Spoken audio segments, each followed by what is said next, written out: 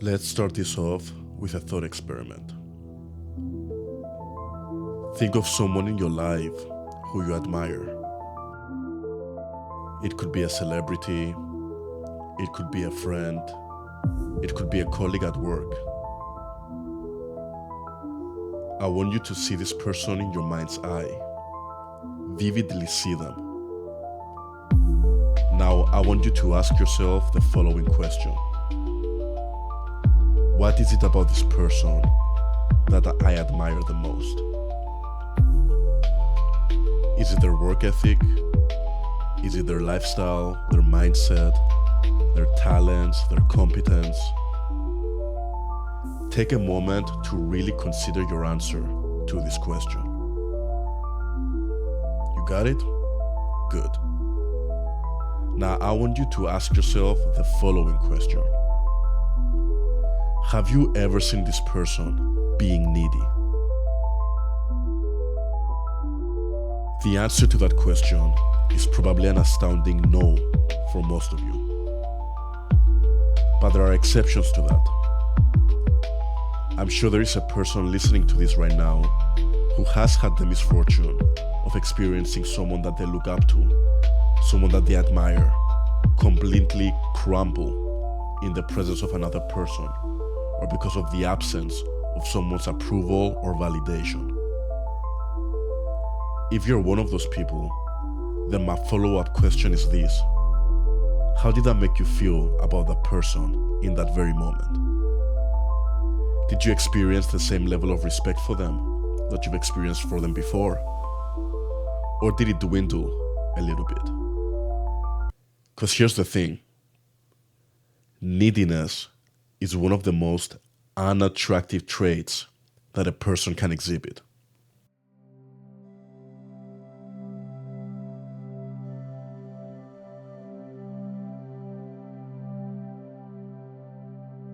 Seeing someone who is otherwise respect-worthy lose their own sense of identity and groundedness because of another person's lack of validation can completely alter your perception of them permanently. When you think of a lion or a gorilla or any other powerful predator in the animal kingdom, you can't even picture them being needy. The only exception being if they've been dominated by another animal or stripped of their own inherent sense of self-worth by life in some way. Neediness is a perversion of nature, which is why we have such an adverse reaction to it. And if you are to elevate your experience on this earth and your relationship to other people, neediness is a trait that you're going to have to eliminate from your very being. Being needy will make you susceptible to other people's manipulations, and you will constantly find yourself in toxic relationships with people who don't respect you or value you in their lives.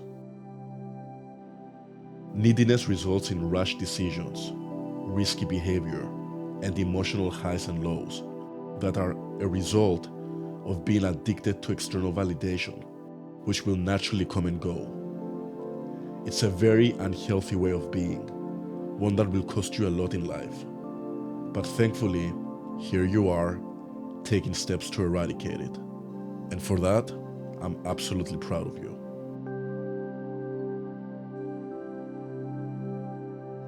My name is Christos, and in this short discussion, we're going to talk about neediness, how it affects your outcomes in life, and how to change your paradigm of reality to that of abundance in order to attract everything that you want in life naturally and effortlessly. In the meantime, I will be developing this illustration that perfectly captures the essence of this topic, and I will reveal it in its full glory at the end of the video. And don't you worry, I will also include annotations from my fellow artists that want to know exactly what tools I'm using throughout the entire process.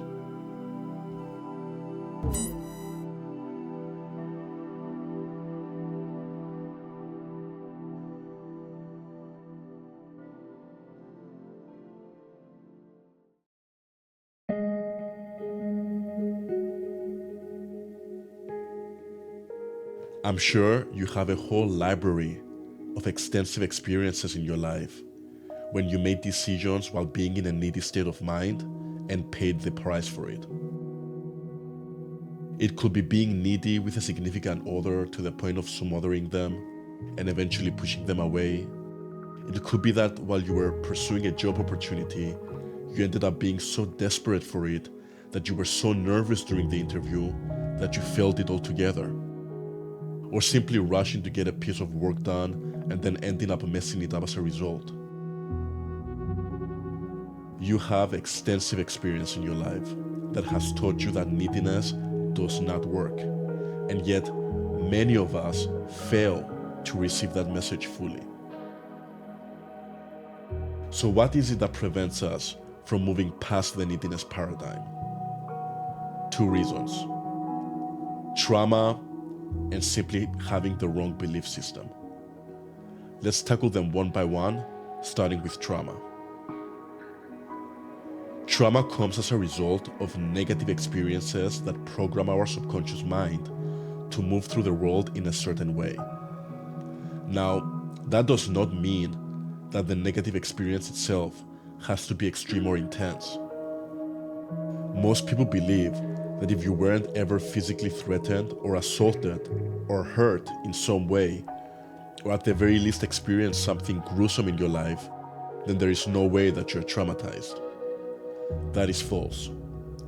Something as small as your childhood friends making fun of you when you share something with them that you're passionate about, or growing up not having any real friends, or even having parents who only show you affection when you get good grades in school, can end up traumatizing you for years to come. These experiences, as small as they may seem, create an underlying belief that who you are, what you like, and what you believe in is not good enough, that you are not worthy of love, and that the only way for you to gain love from the external world is by doing more, by being more, by trying more, instead of just showing up as you are.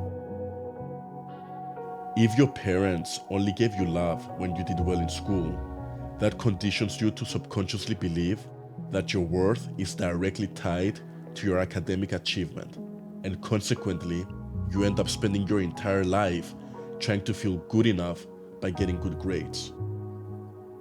Same applies if your childhood friends consistently made fun of your hobbies or passions or interests.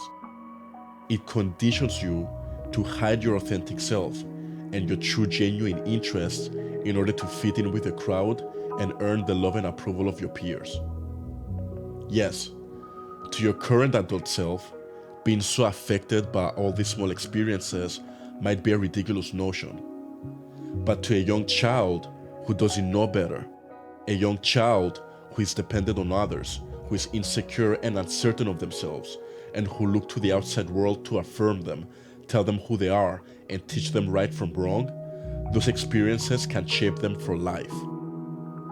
We all have some form of this. And the more we consciously work on releasing this, the more we move through the world in abundance. And abundance is the most attractive way of being. So by now, you're probably asking yourself, okay, Christos, how do I release these traumas? Don't worry, we'll get to that. But first, I want to quickly talk about the second cause of needy behavior, having the wrong belief system. I have friends of mine who are very confident individuals. They're in good shape, they make a good living, they are respected by their peers, they are strong-willed, intelligent, opinionated, and from the outside, one would say their entire life is structured to almost dreamlike levels. They're crushing it. Yet, they struggle in their dating lives. These people, as amazing as they are by my estimation, they completely fail at conveying that when speaking to someone attractive. They come from the belief that in order to attract someone, you have to do certain things, such as try to impress them, make them laugh, compliment them a lot, etc. And although on paper, they're a top percentage option for most people, their behavior when interacting with someone they like completely ruins their chances of actually attracting and maintaining a romantic relationship. Now, typically, this phenomenon is a result of trauma as well. Some people could have the world at their hands, but because they have such low self-esteem, they cannot recognize it, and that reflects in their behavior. But others are fully in alignment with who they are and their value as individuals, yet because they haven't been taught how to be attractive, how to flirt, the do's and don'ts of dating, they always fail in their dating lives. They don't lack self-esteem, they just lack information. And thankfully, this is an easy fix. Become a student of social dynamics. Understand what is attractive behavior, and forever fix this problem through practice, critical thinking, and analysis of the results that you're getting, and a lot of repetition, just like with any other skill in life. Assuming that you already have a healthy dose of self-esteem, which is half the battle, fixing your behavior should be an easy endeavor. I made a video called How to Be Yourself to Attract Love and Friendship, where we deep dive into this topic, what it means to be attractive, and the exact steps to get there. So go watch the video, and if you have any further questions, leave them in the comments, and I will make sure to make further videos expanding on that topic. The hardest part of this whole process, as I said, is releasing your trauma and building your self-esteem so that you can fix your behavior. So let's deep dive deeper into that. How do you identify and overcome your trauma-conditioned behaviors in order to eradicate neediness from your life? Number 1, therapy. By far the best way for you to unearth your inner demons, past hang-ups, and traumas is through therapy. Therapists are trained professionals in this field and have dealt with tens of thousands of clients just like you. Finding a good therapist that you resonate with, however, takes time.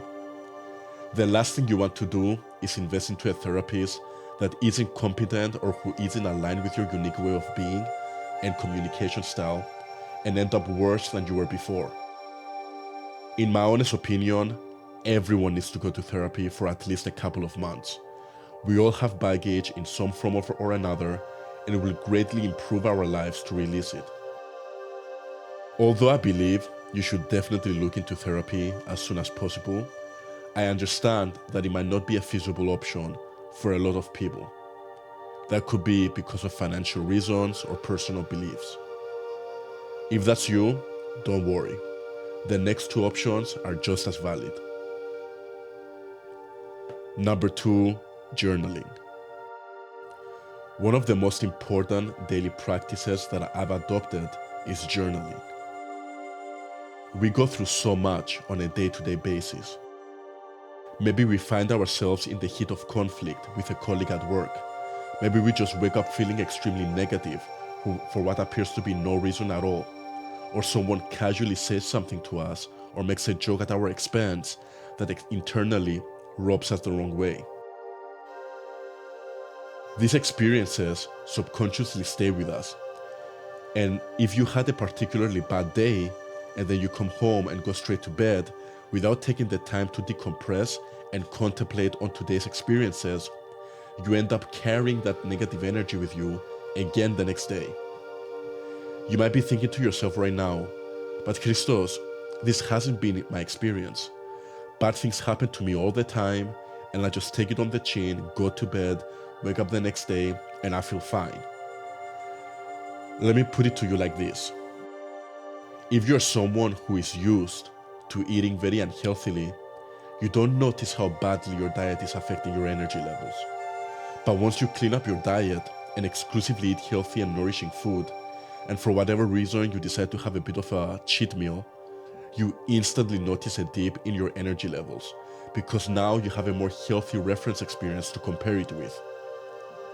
Journaling is the same. I'm at a point now personally that if I don't journal for a few days, I notice the negative effects it has on my mood very clearly. So take it seriously. Go out, buy yourself a textbook, or dedicate a folder on your computer to journaling. Dedicate some quiet time out of the busyness of your life to just sit down with yourself and write about your day, write about how you feel, Write about your worries, your hopes, your dreams, various thoughts and ideas that just pop up in the moment, and use this as a roadmap to understanding and developing a relationship with yourself. It might feel weird at first. You might not know exactly what you should write, but I encourage you to stick to it, as it is a very important practice that over time will help you uncover your unconscious patterns, your negative thought loops, your limiting beliefs, and your conditioned behaviors.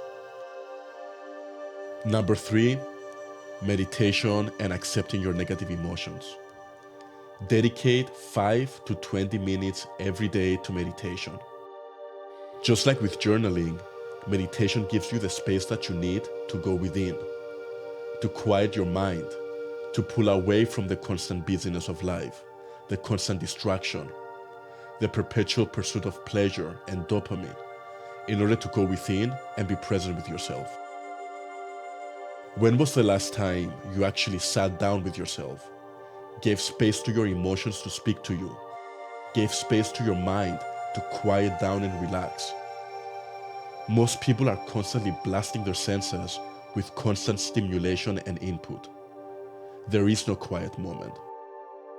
They're either at work, listening to their boss, or they're in their car listening to music, or they're home listening to a podcast. There is no silence, there is no introspection, there is no regrounding. Your emotions are like bills in the mail. If your electric bill is due and you procrastinate on paying it, then months from now that bill will accumulate interest and you will find yourself in huge financial debt, no matter how small that bill may have been initially. Your emotions are the same. The sooner you take time to be present with them, acknowledge them, and let them go as a result, the easier it will be. However, when you avoid your emotions, when you avoid your internal world by distracting yourself with external stimulation until the emotional baggage becomes unbearable, then when the time comes to go within, you're going to have to deal with a lot more inner resistance than you would have otherwise. So again, dedicate 5 to 20 minutes every day to a meditation practice. I further expand on this topic in my video, Watch This If You're a People Pleaser. So make sure to check that one out as well after this one.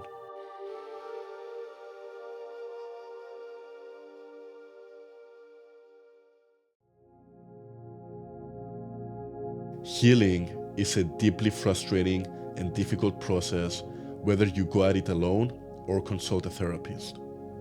You're going to have to confront your innermost demons and challenge the very core of your identity, your beliefs, and your values. It's an ugly process, one that is going to yield extraordinary results. You will get to a point in your life where everything just feels easy. You feel comfortable in your own body. You feel at ease. You feel powerful. You speak with conviction. You stand up straight and face the world head on. You're fearless in your expression. You're fearless in your pursuit of happiness. You have healthy boundaries, and you're not afraid to walk away from situations that don't serve you because you value yourself way more than anything. You wake up with a huge smile, with an intrinsic sense of inspiration and enthusiasm for the day ahead. You're no longer a victim of the world. You're at the cause, not at the effect. You will inspire respect from others and admiration. You will naturally exhibit leadership characteristics because you defer to no one but yourself. You will be a powerful human being, both spiritually and externally. It might seem like there's a long road ahead of you, but I believe in you fully. Stick to the path and it will bear fruit. That I can promise you. Good luck on your journey, and as promised, I'll reveal to you the finalized illustration in its full glory.